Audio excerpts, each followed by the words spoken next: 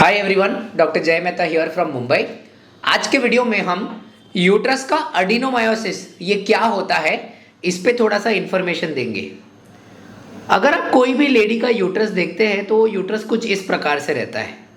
Uterus में जैसे कि हमने आपको समझाया अंदर का पार्ट रहता है जिसे हम बोलते हैं एंडोमेट्रियम। यहाँ से एक्चुअली एंडोमेट्रियम वो पार्ट है जहाँ से हर महीने का मेंस्ट्रुअल साइकिल होता है। So let me just draw it in red colour. Okay, जहाँ पे बेबी का गर्भरोपण भी होता है और यहीं से मेंसेस होती है। उसके साथ में यूट्रस का दूसरा पार्ट है जहाँ पे यूट्रस का मसल रहता है। इस मसल को बोला जाता है मायोमेट्रियम। ओके, ये मेडिकल टर्मिनोलॉजी है। तो मैं आपको दोनों चीज़ वापस लिख के बता देता हूँ। ये जो अंदर का पार्ट है इसे हम बोलते हैं एंडोमेट्रियम।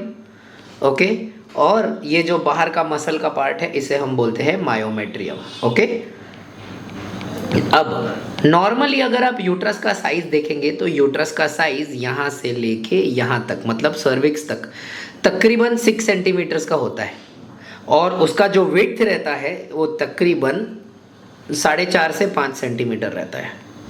ये नॉर्मल यूट्रस रहता है। ठीक है, नॉर्मल यूट्रस का साइज कुछ इस प्रकार रहता है। और एक चीज़ अगर आप नोटिस करेंगे तो नॉर्मल यूट्रस में एंटीरियर पार्ट मतलब आगे की वॉल की थिकनेस और पीछे की वॉल की थिकनेस दोनों सेम रहती है नॉर्मली, या फिर डिफरेंस बहुत मार्जिनल रहता है। ये मसल जो रहता है ना उसका थिकनेस ऑलमोस्ट सेम रहता है। चलो अभी आते हैं कि एडिनोमायोसिस क्या होता है। What is this adenomyosis? जैसे ही मैं ड्रॉ करूंगा वैसे आपको सब कुछ क्लियर हो जाएगा। देखिए, एडिनोमायोसिस यूट्रस की वो बीमारी है जिसमें यूट्रस का जो मसल का थिकनेस है वो नॉर्मल के कंपैरिजन में बढ़ जाता है और ज़्यादा करके ये पार्ट होता है पीछे के वॉल पे। अगर आपने देखा तो ये एंडोमेट्रियम तो जैसा है वैसा ही रहता है और ये जो मसल का थिकनेस है ये मसल का थिकनेस स्पेशली पीछे के हिस्से में बढ़ जाता है। ओके, इसीलिए अगर आप रिपोर्ट पढ़ते हैं तो नॉर्मली ऐसा लिखा जाता है कि यूट्रस में there is something called as posterior मतलब पीछे के हिस्से में पोस्टीरियर वॉल एडिनोमायोसिस। ये नॉर्मल एक रिपोर्ट है। क्यों? क्योंकि पीछे के भाग की चमड़ी जो मसल रहता है वो ज़्यादा कड़क हो गया है। एकदम सिंपल बात मैं बताता हूँ। अगर मेंस्ट्रुअल ब्लड को यहाँ से बाहर निकलना है तो यूट्रस कॉन्ट्रैक्ट करता है, मतलब ये मसल उसका पावर सप्लाई करते हैं अंदर, राइट, और तब जाके ब्लड यूट्रस से बाहर आता है। काफ़ी लेडीज को आपने देखा होगा कि पीरियड में जब ये यूट्रस कॉन्ट्रैक्ट होता है तो अंदर पेन होता है। ओके, स्पाजम होता है। स्पाजम मतलब ऐसे दब रहा है ऐसा लगता है। ये क्यों होता है? क्योंकि यूट्रस का मसल कॉन्ट्रैक्ट कर रहा है ताकि ब्लड बाहर चला जाए, है ना। अब देखिए एडिनोमायोसिस में क्या होगा। मसल तो कॉन्ट्रैक्ट करेगा क्योंकि ब्लड को बाहर जाना है, पर मसल में स्ट्रेंथ कितना है? बहुत ज़्यादा।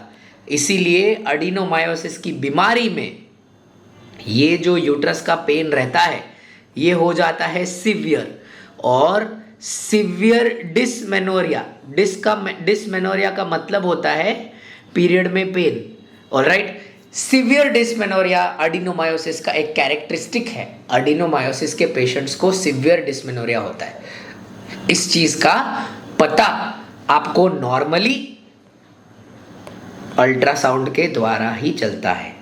इसीलिए अल्ट्रासाउंड इस चीज के लिए एक डायग्नोस्टिक क्राइटेरिया है। एज अ पेशेंट आपको ये ध्यान में रखना है कि मान के चलिए अगर आपको एडिनोमायोसिस हो गया तो एडिनोमायोसिस होने के बाद में अल्ट्रासाउंड पे जैसे ये पता चला और अगर आपको पीरियड में बहुत दर्द होता है तो प्लीज़ आप आपके गायनेकोलॉजिस्ट के पास जाके उनका ओपिनियन लीजिए।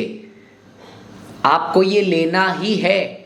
आप ऐसा मत सोचिए कि मेरे फ्रेंड ने मुझे बोला है कि काम कर दोस्त, तेरे को पीरियड में बहुत दर्द हो रहा है ना तो डॉक्टर के पास नहीं जाने का, सीधा साइक्लोपाम, मेफ्टाल्स्पाज, है ना, ये दवाई ले ले। ये आजकल के फ्रेंड बहुत होशियार रहते हैं ना, फ्रेंड पूरा एडवाइस देते हैं, ठीक है ये दवाई ले ले। ऐसा बेवकूफ़ी का काम ज़रा भी नहीं करना है। Please go to to your gynecologist. Don't take these medicines directly. Go to your gynecologist.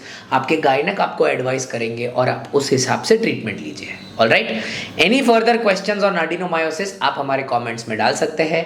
मैं या मेरे कोई टीम मेंबर्स आपको इसका आंसर करेंगे. Thank you so much.